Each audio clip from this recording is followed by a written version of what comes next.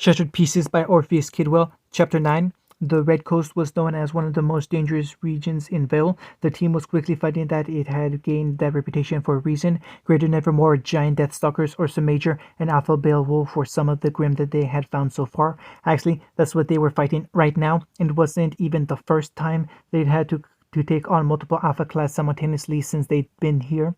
Neo, above you! The girl rolled out of the way as one of the three Nevermore tried to dive at her, casting a lightning bolt that hit its wing. It simply took to the sky again, waiting with the others. Naruto himself had to jump back or be gouged by the Ursa Major's razor claws. Immediately rolling to the side, he avoided a swipe from one of the Beowulf as well. First Spark and all-seeing eyes were allowing him to keep up and dodge, but little else. As he came to his feet, he jumped in and activated Boris to give him some air. Accessing hammer space, he pulled out a military-grade grenade launcher that had been in the military. It was one of several weapons he had added to his arsenal after searching through the base. The Ursa stopped as it was hit, taking some time to gather itself. The Beowulf rushed forward as the blonde landed, intent on dinner. With the lupine grim too close for him to use it again, he returned it to hammer space, forcing the stand in front of him to rise in a sandstone wall. This was Mother's will, a semblance that allowed him to manipulate the minerals in the landscape. It was different from Master Architect because he wasn't converting any matter. He was using what was already there and just altering its properties using pressure and heat. The wall held for a few moments at most, but it was enough for the blonde to put some distance. He noted that he was now close to Kimimaru, who was fighting a giant Deathstalker on his own. His long-time partner seemed to be deep in concentration as he danced around the stingers and pincers though, so he didn't bother him and thought it better to lead the two away from him. And drawing on enough fire dust to cause his aura to match the sand, Naruto readied a spell as the Beowulf approached him, changing the dust into his hand and layering heavy amounts of first spark around it. He cast his spell. An immense pillar of white fire surrounded by blue electricity launched and slammed directly into the wolf, who whined as they made contact. It only existed for a few seconds, but then again, so did the Beowulf, quitting the blonde widening his eyes as the Ursa tried to swipe him from behind. Rolling to avoid being minced, he mentally slapped himself for getting above the other one. Still, while the Ursa had more power, it was ultimately slower than the Beowulf. That put Naruto at a distinct advantage thanks to First Spark and his natural speed. From hammer space, he grabbed a 50 caliber dust rifle and took aim at the beast, lumbering towards him at speeds that seemed sluggishly compared to the Beowulf. It didn't stand a chance as ice dust rounds exploded into its head, ripped out chunks of its arm, and gouged its torso. Even with chunks missing, it kept going. By sheer force of will, it seemed to hold itself together. Naruto frowned and chambered another round, taking aim. One final explosion of ice pierced through its eye and caused its head to explode from the inside out, ending the beast then there. Locking the weapon up, he was able to survey the situation. Neo was still dealing with the Nevermore. Kiyomara had his Deathstalker, and Zabuza and Haku were busy with the two other Nevermore. He decided to aid Neo, as she seemed at the largest disadvantage. Apparently at her side in a burst of electricity and hand speed, he was just in time to pull her back from its talons. She looked at whoever had saved her and grinned when she saw that he was there. Need some help? He asked. She smiled apprehensively before looking back at the airborne threat, which she couldn't reach.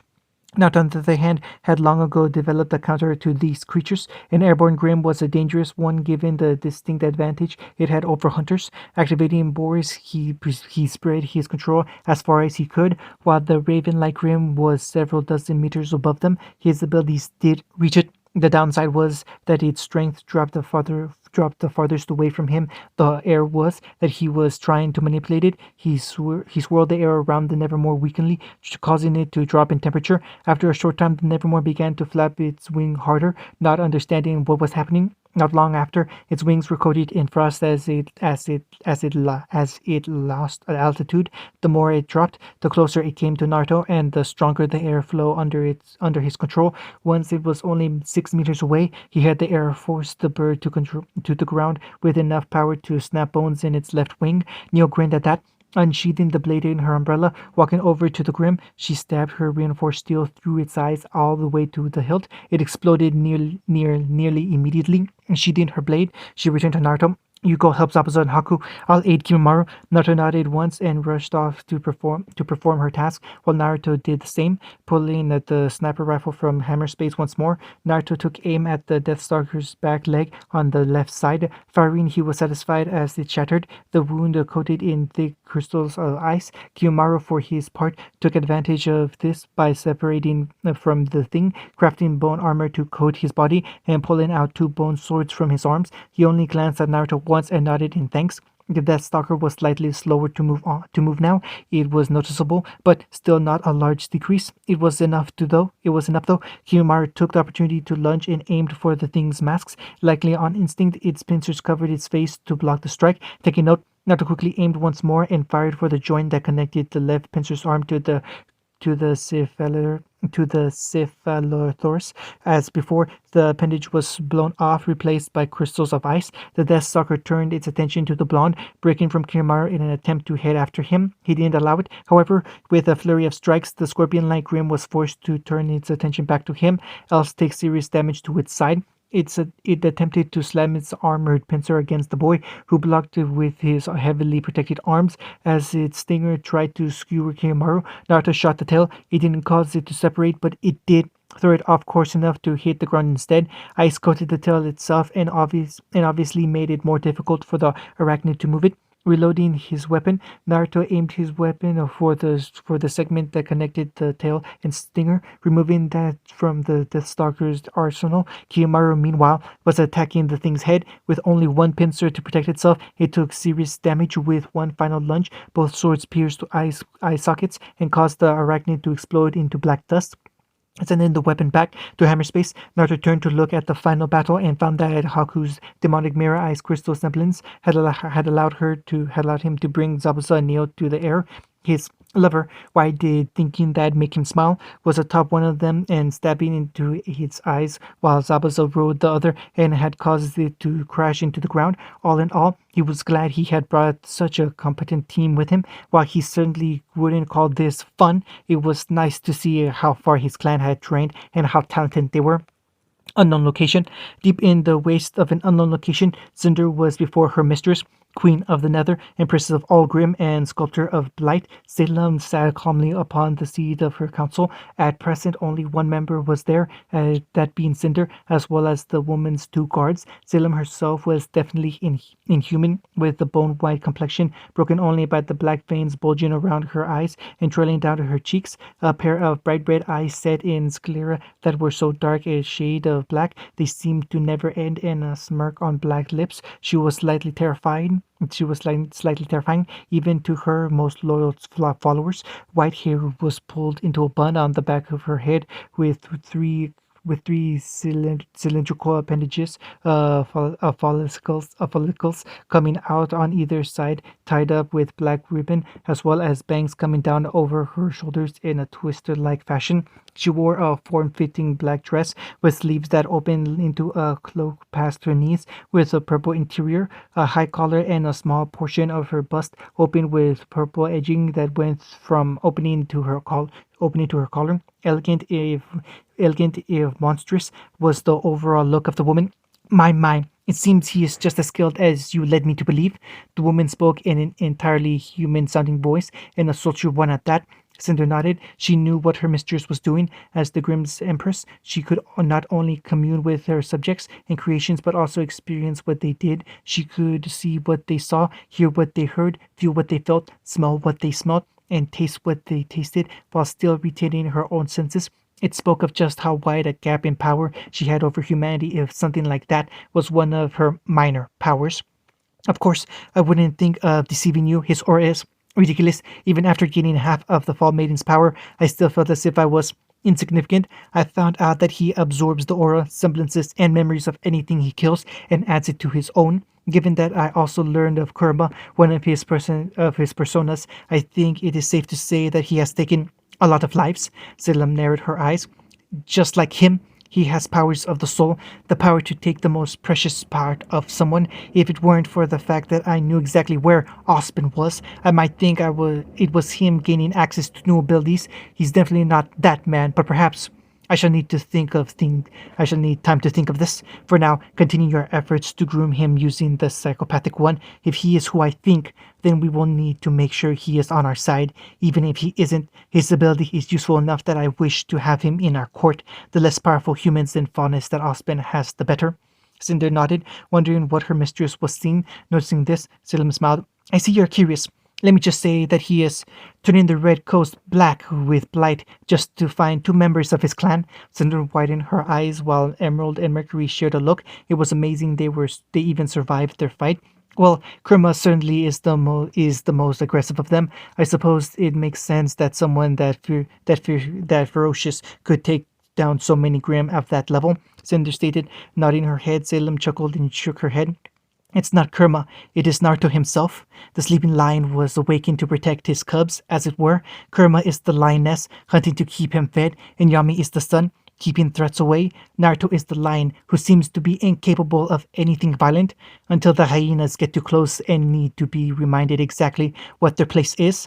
The self-proclaimed fallen maiden nodded slightly, understanding that Salem was giving her a warning. She needed to be careful. If she made a misstep, then she might be the next hyena. Still, she had a mission to do, and she would do it. Everything was riding on Salem's trust in her. Red Coast? Well, it looks like this is it, Kimimaro explained as the group arrived at a cave. He was holding his scroll and tapped it a few times before nodding. Yeah, this is the source of this distress signal. They could be in here, or perhaps at least a clue to where to their whereabouts. The tapping his scroll again, a bright light emitted from the back of it that lit up the darkness. Honestly, it was mostly for Neo's sake, given the rest of them could see inside easily enough. The cave wasn't exactly that deep though, only a dozen meters, and they had reached the end of it. Searching around, Kimara found Kisme's scroll. The imbecile has a damn lock on his scroll. Kimaro sighed before Neo snatched it from his hand. The others watched as she did something to it. They weren't sure exactly what, except that her aura had flared momentarily, and then she grinned, holding it out to Naruto. She looked at him expectantly. Taking it, he smiled. Thank you, Neo. He spoke gratefully. She still looked at him expectantly, lowering her head slightly. Naruto's eyes lit up with realization, and he patted her head, watching as her grin widened even more. Looking at the scroll, he began going through it to try and find anything that might be of use. Finally, he found something that could actually help. It seems that they were coming from the east before they stopped in here and sent the signal, Yami pointed out. If we trace their former trajectory and estimate distance based on their known speed, endurance, and the fact that they had something threatening on their tail, he turned on the scroll's hollow projection feature to show a map of the Red Coast that had a pip of their current location. If we should be able to find them in this general area. A large circle formed around an area of approximately 10 kilometers with a radius that was 25 kilometers away from the pip, based on the map's legend. Naruto took control again and then turned it off, sealing it away in hammer space. Wait, that area. Damn it! Zabuza cursed, getting the attention of the others. He seemed to be concentrating and thinking about something. I think I know why they came here. This was news to the other four who looked at the swordsman. I'm sure you already know who knew this, but Kisame and I were originally human huntsmen along with our 5 teammates. We all came from Mistro and ended up finding an old tomb with 7 aura-powered weapons that we think were created before the Great War. Kisame has a shark skin that can eat blight, aura, and dust to heal its wielder. I've got the executioner's blade that can repair itself by using the blood of those it kills, it stores excess blood away, and can manipulate it after releasing it back into the air. Amiri had the Fang, which converted aura into lightning and can manipulate it based on her imagination. Kushimaru had the sewing needle, which could immediately create the steel wires from its hilt. Jinin had the helmet splitter, which could destroy even the thickest armor of the Grim. Jinpachi had Splash, a sword that was capable of causing explosions upon impact and somehow not harm the wielder. Lastly was our leader, Mangetsu. His flounder could have aura channeling into it and take multiple forms by manipulating it, the construct being hard as steel. We ended up digging a little too deep into the Shnidas Corporation during a freelance mission we had taken. At that time, they had killed Jin and Amiduri, but we managed to get their blades and ran. We decided that the Shnee were simply too powerful to take on and split up. Jinpachi was taken by bounty hunters in Bakuo who kept Splash. I think the owner is a warlord out in the waste. Kushimaru, last I heard, was hiding in a mountain range on Anima. He went off the grid completely. That's all. That's what we all should have done. Kisame and I were captured by the Shnidas Corporation military operations division and sent to Orochimaru. He began tests on our weapons and on us. Kisame was his test subject on injecting Faunus DNA into a human, which made him more animal than human. I got lucky, I guess, if you call being injected with polite lucky. Mangetsu, he was able to stay out of their laps, though. He was the strongest of us. He was something special. It took us everything to master our blades. He mastered all of our blades. That's why he was our leader. From what I know, he hid Fang and Helmet Splitter and remained in the wastes. Even though we were on the run, he never stopped his duty as a huntsman. Out there in the Valian wastes, he took out tribals, exterminated Grimm, and helped the settlement when he could. He ended up making contact with the Brownwind tribe, though. Their leader was too much for him. He ended up fleeing here to the Red Coast, the one place she wouldn't follow him. Gradually injured, he still fought his way through all the Grimm that came near him and found a cave to die in. Once he was safe, he sent a message to all the swordsmen and to his brother. This was before Kisame and I had been taken.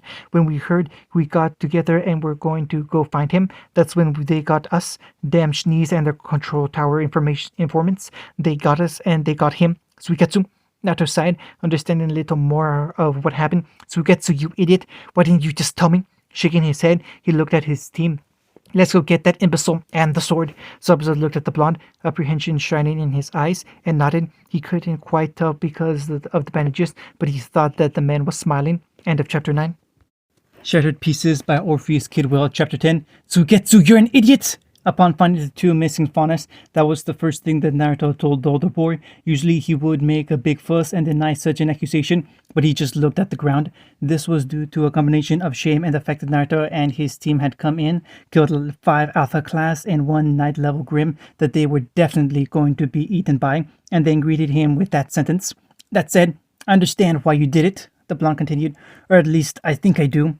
If something similar happened to Adam, I think I might do the same. It doesn't make it any less idiotic, though. He pointed out the last statement when Sugetsu looked like he was going to start smiling weakly. He immediately sighed and nodded. Now, Kisame, would you kindly explain to me what in the name of dust you two were thinking? The shark-like man held up his hands in defense. Hey, this wasn't my idea. The kid has been asking me a lot about Mangetsu lately, and I may have accidentally let it slip where Flounder was. He trained the last month and took missions that would specifically have Alpha class threat levels. He tried getting me to come along, but when I refused, he just said he'd go alone. I thought he was bluffing, but when he didn't show up for dinner last night, I decided to check for his scroll signal and chased after him. Oh, that reminds me. We're gonna need to send in retrieval team for 2 hawks that may have been hit by a rook-level Drake-type Grimm's breath attack.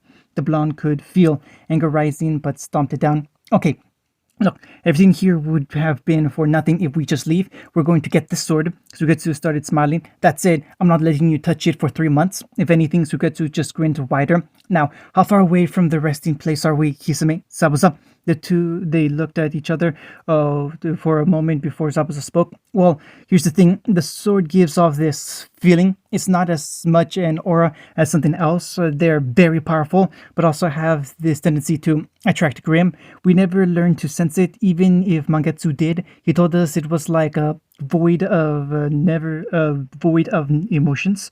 All of the worst negative emotions rolled into one that collapsed under the weight of its own disrepair. Naruto looked at the sky and sighed as he realized what Zabuza was driving at. It's where the king and queen are, isn't it? He didn't even have to look to know he received a nod from the two of them. The blonde turned to his party and gritted his teeth as he thought. Zabuza, take Sugetsu back to the ship and tell Hiran to track the signal on my scroll. The man nodded, and Sugetsu didn't put up much of a fight, understanding the immediate threat that a king or let alone a queen posed. Neo, you're on retrieval. Your illusions affect Grimm too, right? She nodded. Haku, stay with Neo and teleport out of danger if you're found out. Kiyomaru and Kisame, you're with me. It's time to go hunting. Bullhead, Hiran was not what one might call a normal man or sane. but mostly normal. Zabuza and Sugetsu really shouldn't have been surprised at what they found upon arriving at the ship. They were, but even they couldn't understand why they didn't think it would happen. Somehow, the zealot had had the time to do whatever it was he was doing. Zabuza, I really want to know what that is, but I'm scared of what the answer will be. Sugetsu commented to his brother's friend, getting an affirmation nod. The man didn't seem to have seen them yet and was continuing to feverishly assemble something. Heat on! Turning with a deranged grin on his lips and blood, lots of blood all over him. The cultist made eye contact. What the hell is this? Hoisting his scythe like some sort of scepter, the silver-haired mystic grin widened even further. I wanted to help Lord Uzumaki as much as possible, so I made a shrine and gave him some sacrifices. Not that the two thought about it, that was something he would do, and the scene before them matched that description. There was a large spiral on the floor about 3 meters in radius, made out of blood and blight, the substance Grimm are formed from. In the very center of the spiral, which was Naruto's emblem, was a 1.5-meter tall sculpture of a fox formed from grim bone. How do you even get grim bone? Within the spiral itself, there were dozens of human corpses and hundreds of grim masks, and a countless number of grim mask shards that weren't even recognizable anymore. Did it help?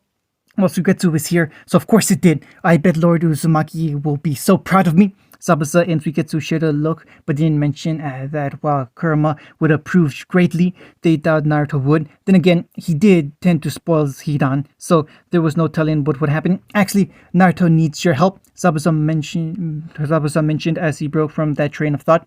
We're extending the mission objective a little and searching for one of the 7 swords that's somewhere in the Red Coast. We were sent to find you and tell you to search for and follow the signal on Naruto scroll. We need aerial support, which I can provide, and you can provide some ground support against the Grim. Lowering his scythe as Hidan's eyes gained far more zeal and his grin toned down slightly, he gave off an all too grim aura, placing his weapon on his back with a more serious air about him. The cultist somehow became even more terrifying.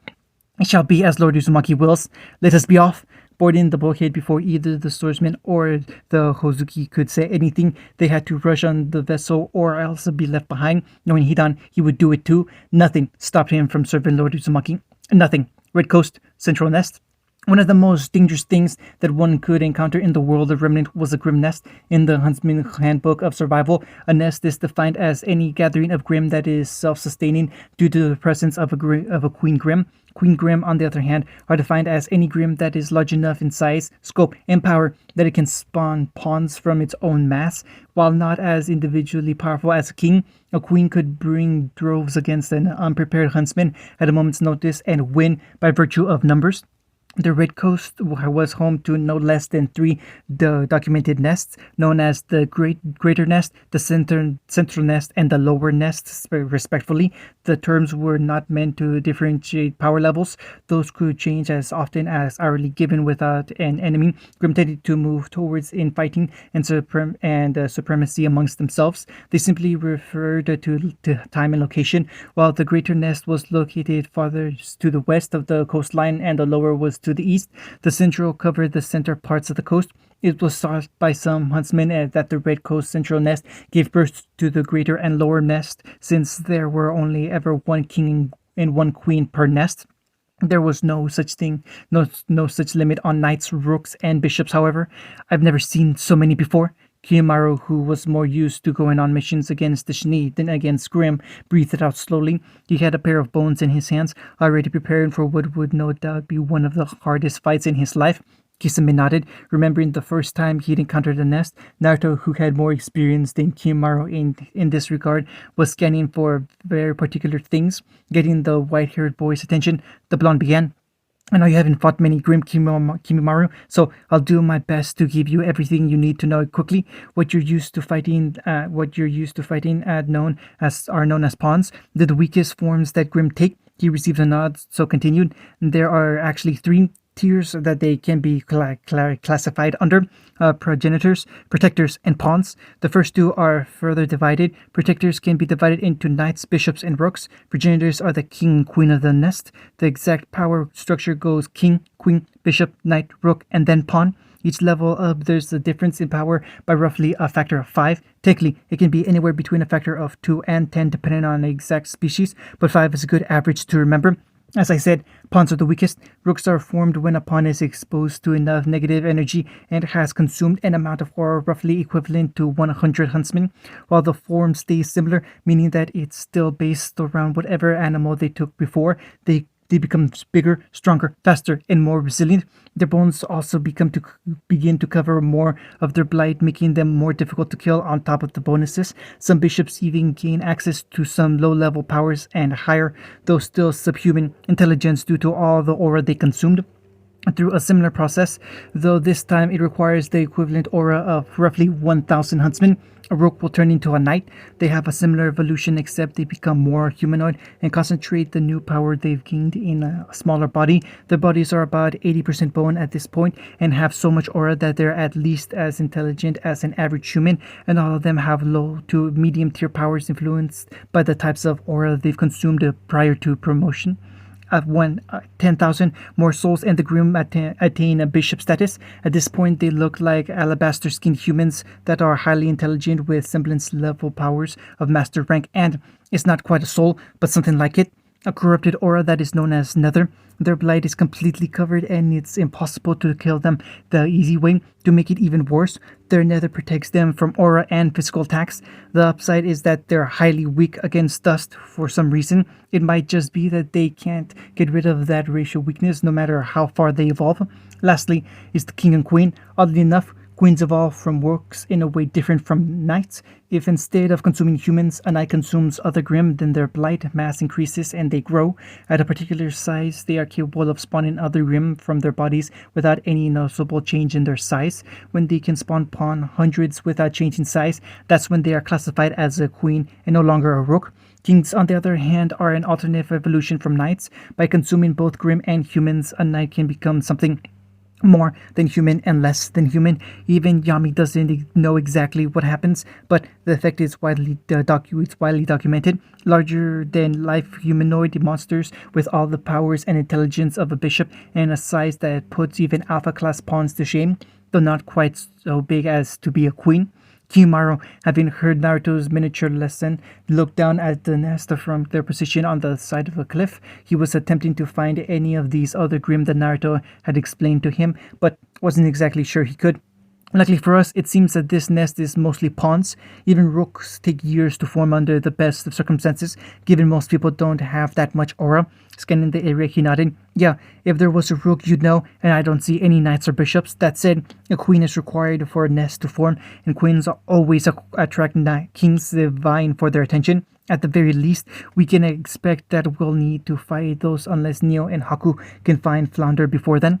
Kitsune reached for his own weapon and pulled it off his back. It was still coated in bandages, but he quickly remedied that by shaking it a little. The effect was immediate. Every Grimm looked up at the cliff as one. Kitsune simply grinned in response as he held the shark skin up high. Then, let's give them as much time as we can, he yelled before jumping from the cliff and slammed the blade against the mask of an Ursa Major hard enough to scatter it on impact. Naruto's own eyes bled into a deep, burning red as Kurama took over with his own grin.